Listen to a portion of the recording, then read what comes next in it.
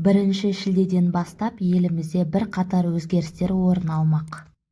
Өткен айда болған төтенше жағдайда отан үшін отқа түсіп, атына адал болған орманшылардың еңбекақысы 1 шілдеден бастап өседі.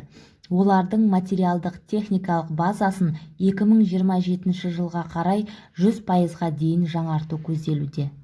1 шілдеден бастап елімізде электр энергетикасының тарифтері өседі. Энергетика министрлігі бұл қымбаттау алдағы күзгі-қысқы дайындыққа байланысты болмақ. 1 шілдеден бастап алматылық тұрғындардың қалтасы да жұқарады. Себебі өңірдегі жылу бағасы 20%-ға көтеріледі екен. 2023 жылғы 1 шілдеден бастап алтын алқа, батыр ана, 1 және 2 дәрежелі ана даңқы ордендермен наградталғандардың жәрдемақысы артады. Яғни 7 және одан да көп баланы өмірге әкелген аналарға арналған жәрдемақы мөлшері 7,4 айлық көрсеткішке дейін арттырылады екен.